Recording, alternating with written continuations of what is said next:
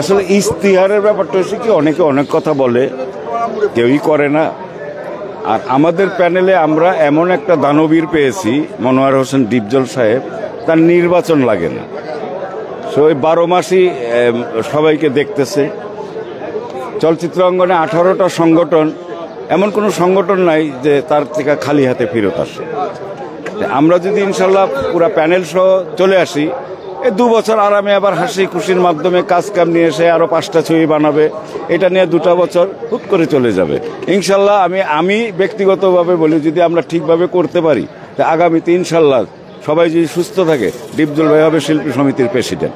এটা তো কোনো মিল ফ্যাক্টরি কারখানা না, আর এইটা হচ্ছে একটা অলাভজনক প্রতিষ্ঠান। এটা শিল্পীদের একটা বসার রুম।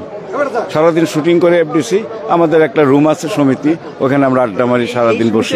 না আপনারা দেখেন না আমাদের প্যানেলের যে ছবিগুলো আছে, এরা কি কেউ অশিল্পী কিনা? এরাই এক একজন বাংলাদেশ। আপনি দেখেন, দেখলেই তো বুঝবেন।